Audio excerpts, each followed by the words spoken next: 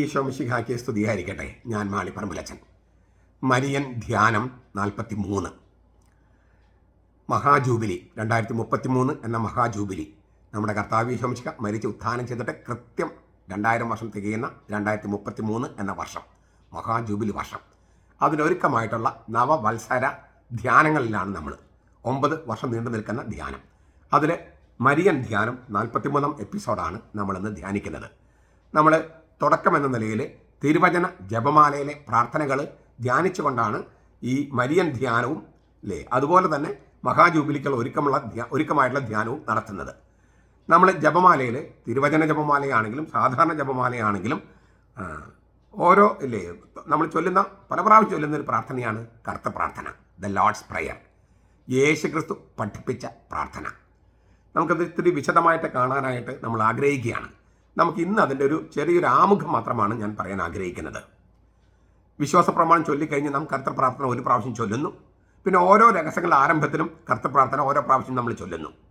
എന്താണ് ഈ കർത്തൃപ്രാർത്ഥനയുടെ പ്രാധാന്യം? കർത്തൃപ്രാർത്ഥന, കർത്താവ് പഠിപ്പിച്ച പ്രാർത്ഥന. നമുക്കറിയാം, യേശു തൻ്റെ ജീവിതത്തിൽ പ്രാർത്ഥനയ്ക്ക് വലിയ സ്ഥാനം നൽകിയിരുന്നു, മുന്തിയ സ്ഥാനം നൽകിയിരുന്നു. യേശുവിൻ്റെ ജീവിതം മുഴുവൻ പ്രാർത്ഥനയിൽ നിന്ന് ഉദിച്ചുയരുന്നതാണ്. യേശുവിൻ്റെ ജീവിതം മുഴുവൻ പ്രാർത്ഥനയിൽ നിന്ന് ഉദിച്ചുയരുന്നു. അവൻ്റെ ശുശ്രൂഷയെ മുഴുവൻ താങ്ങി നിർത്തുന്നതും പ്രാർത്ഥന തന്നെയാണ്. അവനെക്കുറിച്ചുള്ള രഹസ്യം സാവകാശം വെളിപ്പെട്ടത് ജീവിതയാത്രയുടെ പ്രധാനപ്പെട്ട സംഭവങ്ങൾ ഒക്കെ നടക്കുന്ന സന്ദർഭത്തിൻ്റെ പശ്ചാത്തലത്തിലാണ്. അതെല്ലാം പ്രാർത്ഥനയുടേതാണ്. യേശുവിനെ കുറിച്ചുള്ള രഹസ്യം സാവകാശം വെളിപ്പെട്ട ജീവിതയാത്രയിലെ പ്രധാനപ്പെട്ട സംഭവങ്ങളെല്ലാം പ്രാർത്ഥനയുടെ സംഭവങ്ങളാണ്. മാമോദീസ, ലൂക്ക 3:21-22. ജനമെല്ലാം സ്നാനം സ്വീകരിച്ചു കൊണ്ടിരിക്കെ യേശു സ്നാനമേറ്റു. യേശു പ്രാർത്ഥിച്ചു കൊണ്ടിരിക്കെ സ്വർഗം തുറക്കപ്പെട്ടു. അപ്പോൾ യേശു പ്രാർത്ഥിച്ചു കൊണ്ടിരിക്കെ ലൂക്ക 3:21-22. സ്ലീഹന്മാരെ തെരഞ്ഞെടുപ്പ്. ഒരു രാത്രി മുഴുവൻ കർത്താവ് പ്രാർത്ഥിച്ചു. ലൂക്ക 6:12. രാത്രി മുഴുവൻ. ആ രാത്രി പ്രാർത്ഥനയിലാണ് ഈ 12 പേര് പിറന്നു വീണത്. ഈ മർക്കോസിന്റെ സുവിശേഷത്തിൽ 12 പേരെ ഉണ്ടാക്കി എന്നാണ് എഴുതിയിരിക്കുന്നത്. അതായത് 12 പേരെ വാഴിച്ചു, പട്ടം കൊടുത്ത് പുരോഹിതന്മാരായി വാഴിച്ചു എന്നാണ്. ആ വാഴിക്കൽ തന്നെ ഒരു പ്രക്രിയയാണ്. അത് പൂർത്തിയാകുന്നത് അന്ത്യത്താഴത്തിലെ മഹാപുരോഹിത പ്രാർത്ഥനയോട് കൂടിയാണ്. അപ്പോൾ 12 പേരെ പട്ടം കൊടുത്ത് പുരോഹിതന്മാരായി വാഴിക്കുന്നതിന് മുൻപ് രാത്രി മുഴുവൻ പ്രാർത്ഥിക്കുകയാണ് യേശു. ആ രാത്രി, യേശുവിൻ്റെ രാത്രി പ്രാർത്ഥനയിൽ നിന്നാണ് സ്ലീഹന്മാർക്ക് പട്ടം കൊടുത്ത് പുരോഹിതന്മാരായി വാഴിക്കുന്ന സംഭവം നടക്കുന്നത്. അതൊരു പ്രാർത്ഥനയുടെ സംഭവമാണ്. പത്രോസിന്റെ വിശ്വാസ പ്രഖ്യാപനത്തിന് മുമ്പ് യേശു പ്രാർത്ഥിക്കുന്നുണ്ട്. ലൂക്കായുടെ സുവിശേഷം 9:18-20. അവൻ ഒരിടത്ത് പ്രാർത്ഥിക്കുകയായിരുന്നു. അവൻ ചോദിച്ചു, ഞാൻ ആരെന്നാണ് ജനങ്ങൾ പറയുന്നത്? പത്രോസ് പറഞ്ഞു, ദൈവത്തിൻ്റെ ക്രിസ്തുവാണ്. അപ്പോൾ അവൻ ഒരിടത്ത് പ്രാർത്ഥിക്കുകയായിരുന്നു. പത്രോസ് പറഞ്ഞു, അവൻ ദൈവത്തിൻ്റെ ക്രിസ്തുവാണ്. യേശുവിൻ്റെ പ്രാർത്ഥന അതിനോട് ബന്ധപ്പെടുത്തിയാണ് പത്രോസിൻ്റെ വിശ്വാസ പ്രഖ്യാപനം കിടക്കുന്നത്. പത്രോസിൻ്റെ വിശ്വാസ പ്രഖ്യാപനം സുവിശേഷത്തിലെ ഒരു വലിയ നാഴികക്കല്ലാണ്.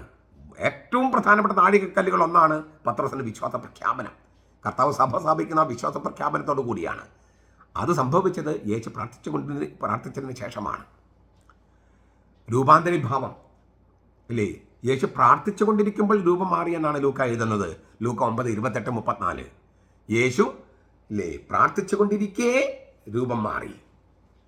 വിശുദ്ധ കുർബാന ലൂക്ക 22:14-20.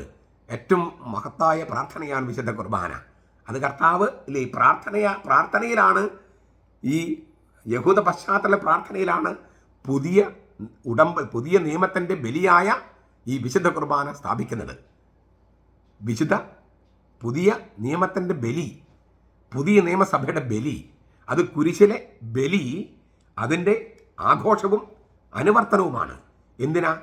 കുരിശിലെ ആ ബലിയിലേക്ക്, ഭൂതകാലത്ത് നടന്ന ബലിയിലേക്ക് ഇന്ന് വർത്തമാനത്തിലുള്ളവർ ചുവടുവയ്ക്കാൻ, അവന് നമ്മിലേക്ക് ചുവടുവെച്ച് വരാൻ, അങ്ങനെ അവൻ്റെ സ്നേഹത്താൽ ആലിംഗനം ചെയ്യാൻ, സ്നേഹത്താൽ വലയം ചെയ്യാൻ, മൂർത്തമായ തരത്തിൽ, വെറും ഭാവനയിലല്ല.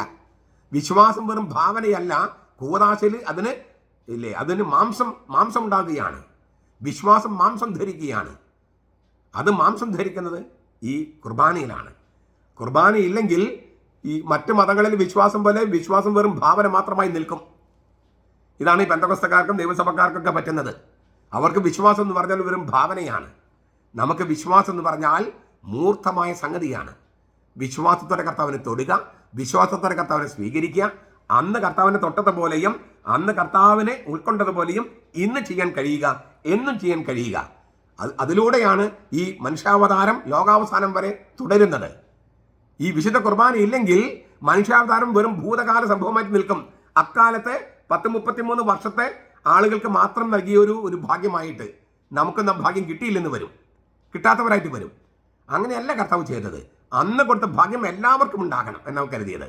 മറിയത്തിന്റെ ഗർഭത്തിൽ കിടന്ന കർത്താവ് നമ്മുടെ ഉദരത്തിൽ കിടക്കാൻ വേണ്ടി സ്ഥാപിച്ചതാണ് വിശുദ്ധ കുർബാന. മറിയത്തിന് കൊടുത്ത ഭാഗ്യം നമുക്കും തന്നിരിക്കുകയാണ്. കുരിശുമരണം, പിതാവേ അവർ ചെയ്യുന്നതെന്ന് അവർക്ക് അറിഞ്ഞുകൂടാ, അവരോട് ക്ഷമിക്കണമേ. പ്രാർത്ഥനയാണ്. കർത്താവിൻ്റെ ആദ്യത്തെ പരസ്യപ്രവൃത്തിയാണ് മാമോദീസ, അവസാനത്തെ പരസ്യപ്രവൃത്തിയാണ് കുരിശുമരണം. രണ്ടും പ്രാർത്ഥനയാണ്. എല്ലാം പ്രാർത്ഥനയുടെ മുഹൂർത്തങ്ങളാണ്. അപ്പോൾ നമുക്കൊരു സംശയം വരില്ലേ, യേശു ദൈവമല്ലേ? ആദിയിൽ ലോഗോസ് ഉണ്ടായിരുന്നു, ആ ലോഗോസ് ദൈവത്തോടൊപ്പമായിരുന്നു, ആ ലോഗോസ് ദൈവമായിരുന്നു. എന്നിട്ട് യഹോവയുടെ സാക്ഷികൾ പറഞ്ഞ് നടക്കുകയാണ് യേശു ദൈവമല്ല. നമ്മൾ എന്തോന്നതിന് ഉത്തരം പറയുക? യേശുവിനെ നോക്കി തോമസ് ലീഗ പറഞ്ഞു, എൻ്റെ കർത്താവേ, എൻ്റെ ദൈവമേ. അവനെ നോക്കി, യേശുവിനെ നോക്കി. ഇത് സത്യവേദ പുസ്തകത്തിലുണ്ട്, പിയോസ് ബൈബിളുണ്ട്. എന്നിട്ട് യഹോവ സാക്ഷികൾ പറയുകയാണ് യേശു ദൈവമല്ല. എന്തായാലും ഉത്തരം പറയുക. എന്നിട്ട് വീടാന്തരം കയറി ഇറങ്ങി യേശു ദൈവമല്ലെന്ന് പ്രചരിപ്പിക്കാൻ നടക്കുക. മുസ്ലിംസ് അങ്ങനെ ചെയ്ത് നമുക്ക് മനസ്സിലാക്കാം. ഈ യഹോവ സാക്ഷികൾ മുസ്ലിംസിൻ്റെ പക്ഷം ചേർന്ന് കർത്താവ് ഈശോയ്ക്ക് എതിരെ സംസാരിക്കണോ? വചനത്തിനെതിരെ സംസാരിക്കണോ?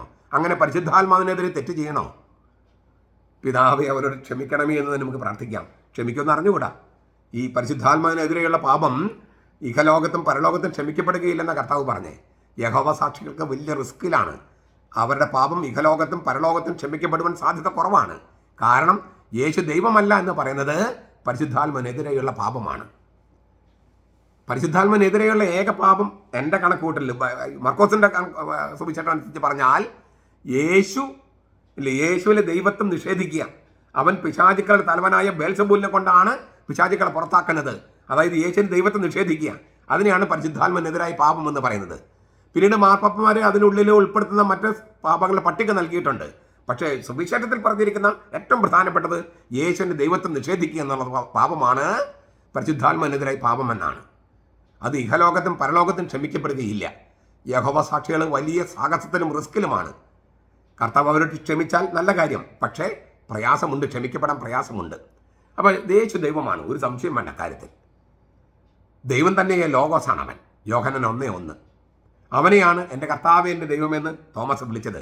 യോഹന്നാൻ സുവിശേഷം 20. ദൈവം തന്നെയായ ഏകജാതനാണ് എന്ന് യോഹന്നാൻ 1:18 വീണ്ടും പറഞ്ഞിരിക്കുന്നു. അപ്പോൾ ഇങ്ങനെ ദൈവമായിരിക്കുന്ന യേശു പ്രാർത്ഥിക്കുന്നു. ദൈവം പ്രാർത്ഥിക്കുന്നു. അതെന്ത് കഥ? ദൈവം പ്രാർത്ഥിക്കുന്നു. മനുഷ്യർ മാത്രമല്ല, ദൈവമായിരിക്കുന്ന യേശു പ്രാർത്ഥിക്കുന്നു. അങ്ങനെയെങ്കിൽ എന്താണ് പ്രാർത്ഥന? നമ്മൾ പ്രാർത്ഥനയെക്കുറിച്ച് ധാരാളം നിർവചനങ്ങൾ കേട്ടിട്ടുണ്ട്.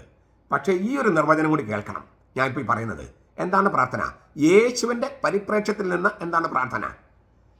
പിതാവും പുത്രനും പരിശുദ്ധാത്മാവും തമ്മിലുള്ള സംഭാഷണമാണ് പ്രാർത്ഥന. പരിശുദ്ധ തൃത്വത്തിലെ പിതാവും പുത്രനും പരിശുദ്ധാത്മാവും തമ്മിലുള്ള സംഭാഷണമാണ് പ്രാർത്ഥന. നാം ദൈവത്തോട് സംഭാഷിക്കുന്നത് പ്രാർത്ഥനയാണ് തീർച്ചയായിട്ടും. പക്ഷെ ഇവിടെ യേശു പ്രാർത്ഥിക്കുന്ന ആ പരിപ്രേക്ഷ്യത്തിൽ നിന്ന് നോക്കുമ്പോൾ പിതാവും പുത്രനും പരിശുദ്ധാത്മാവും തമ്മിലുള്ള സംഭാഷണമാണ് പ്രാർത്ഥന. പുത്രൻ തമ്പുരാൻ ദൈവപിതാവുമായും പരിശുദ്ധാത്മാവുമായിട്ടും സംഭാഷണത്തിൽ ഏർപ്പെടുന്നു, ചർച്ച ചെയ്യുന്നു. നാം പ്രാർത്ഥിക്കാനായി നമ്മുടെ വീടുകളിൽ മുട്ടുകുത്തുമ്പോൾ നമ്മെ പരിശുദ്ധ തത്വത്തിന്റെ മടിത്തട്ടിലേക്ക് കൊണ്ടുപോകാനായി, ഉയർത്താനായി നാം പരിശുദ്ധാത്മാവിനെ അനുവദിക്കുകയാണ്. അങ്ങനെ നാം അവരുടെ സംഭാഷണത്തിൽ പങ്കാളിയാകുകയാണ്. മാത്രമല്ല, അങ്ങനെ ഉയർത്തപ്പെടുമ്പോൾ മാത്രമാണ് ദൈവത്തെ അബ്ബാ പിതാവേ എന്ന് വിളിക്കാൻ നമുക്ക് കഴിയുന്നത്, നമ്മെ പരിശുദ്ധാത്മാവ് ശക്തിപ്പെടുത്തുന്നത്. ഞാൻ ഒന്നുകൂടി പറയട്ടെ, പിതാവും പുത്രനും പരിശുദ്ധാത്മാവും തമ്മിലുള്ള സംഭാഷണമാണ് പ്രാർത്ഥന. യേശുവിൻ്റെ പരിപ്രേക്ഷ്യത്തിൽ നമ്മൾ പ്രാർത്ഥിക്കാനായി മുട്ടുകുത്തുമ്പോഴോ പ്രാർത്ഥിക്കാനായി ഇരിക്കുമ്പോഴോ നാം പരിശുദ്ധാത്മാവിനെ അനുവദിക്കുകയാണ്. എന്തിന്? നമ്മെ പൊക്കിക്കൊണ്ടുപോയി പരിശുദ്ധ തൃത്വത്തിൻ്റെ മടിത്തട്ടിൽ ഇരുത്താൻ. അപ്പോൾ പിതാവും പുത്രനും പരിശുദ്ധാത്മാവും നമ്മൾ സംഭാഷണമുണ്ടല്ലോ, ആ സംഭാഷണത്തിന് നടുവിൽ നമ്മൾ കൊണ്ടുപോയി ഇരുത്തുകയാണ്. പലപ്പോഴും നമ്മെക്കുറിച്ചായിരിക്കും ആ സംഭാഷണം. മാതാപിതാക്കൾ മക്കളെക്കുറിച്ച് ചർച്ച ചെയ്യില്ലേ അവർ ബെഡ്റൂമിലേക്ക് ആയിരിക്കുമ്പോൾ? അതുപോലെ പിതാവും പുത്രനും പരിശുദ്ധാത്മാവും നമ്മെക്കുറിച്ചായിരിക്കും ചിലപ്പോൾ ചർച്ച ചെയ്യുക. അങ്ങനെ ഈ പിതാവും പുത്രനും പരിശുദ്ധാത്മാവും തമ്മിലുള്ള സംഭാഷണത്തെ യെരമ്യ പ്രവാചകൻ പറഞ്ഞത് ദൈവത്തിൻ്റെ സൂനകദോസ് എന്നാണ്. ദൈവത്തിൻ്റെ സൂനകദോസ്. ആ സൂനകദോസിൽ നിന്നവർ മാത്രമാണ് പ്രവാചകന്മാർ എന്ന് യെരമ്യ പ്രവാചകൻ പറഞ്ഞിട്ടുണ്ട്. ആ നിർവചനം വെച്ച് നോക്കിയാൽ മുഹമ്മദ് ഒരു കാരണവശാലും പ്രവാചകനല്ല. പരിശുദ്ധ തൃത്വം തന്നെ നിഷേധിച്ച ആളാണ് മുഹമ്മദ്. ഈ ദൈവത്തിൻ്റെ സൂനകദോസിൽ നിന്ന് ദൈവത്തിൻ്റെ സംഭാഷണം കേട്ടവർ മാത്രമാണ് പ്രവാചകന്മാർ. അപ്പോൾ പരിശുദ്ധ തൃത്വത്തെ തന്നെ നിഷേധിച്ച മുഹമ്മദ് ഒരു ഘട്ടത്തിലും ഒരു കാലത്തും പ്രവാചകനല്ല. നമ്മുടെ ഇടയിൽ പ്രവാചകന്മാരുണ്ടെങ്കിൽ ഈ ദൈവത്തിൻ്റെ മടിത്തട്ടിൽ, പരിശുദ്ധ തൃത്വത്തിൻ്റെ മടിത്തട്ടിൽ ഇരിക്കുകയും അവർ പറഞ്ഞ് കേൾക്കുകയും വേണം. അല്ലാത്ത ഒരു പ്രവചനവും ശരിക്കുള്ള പ്രവചനമല്ല. ദൈവം പിതാവും പുത്രനും പരിശുദ്ധാത്മാവും തമ്മിൽ സംഭാഷണം കേൾക്കുന്നവരാണ് പ്രവാചകന്മാർ. അങ്ങനെ കേൾക്കണമെങ്കിൽ നാം പരിശുദ്ധാത്മാവിനെ അനുവദിക്കണം, നമ്മെ പൊക്കിക്കൊണ്ടുപോകാനും ഈ പരിശുദ്ധ തത്വത്തിൻ്റെ മടിത്തട്ടിലായിരിക്കാനായിട്ട്. അങ്ങനെ ഇരിക്കുമ്പോൾ ദൈവത്തെ അബ്ബാ പിതാവേ എന്ന് വിളിക്കാനുള്ള ആ കഴിവ് പരിശുദ്ധാത്മാവിന് നൽകുകയും ചെയ്യുന്നു. ഇപ്പോൾ ഇതാണ് നമുക്ക് ആമുഖമായിട്ട് ഞാൻ പറയാൻ ആഗ്രഹിക്കുന്നത്. ഇനിയും 2-3 കാര്യങ്ങളുണ്ട്, ഇത്രയും നമുക്ക് കേട്ട് നിർത്താം. അതായത് യേശു പ്രാർത്ഥിക്കുന്നു. അപ്പോൾ പിതാവും പുത്രനും പരിശുദ്ധാത്മാവും തമ്മിലുള്ള സംഭാഷണമാണത്.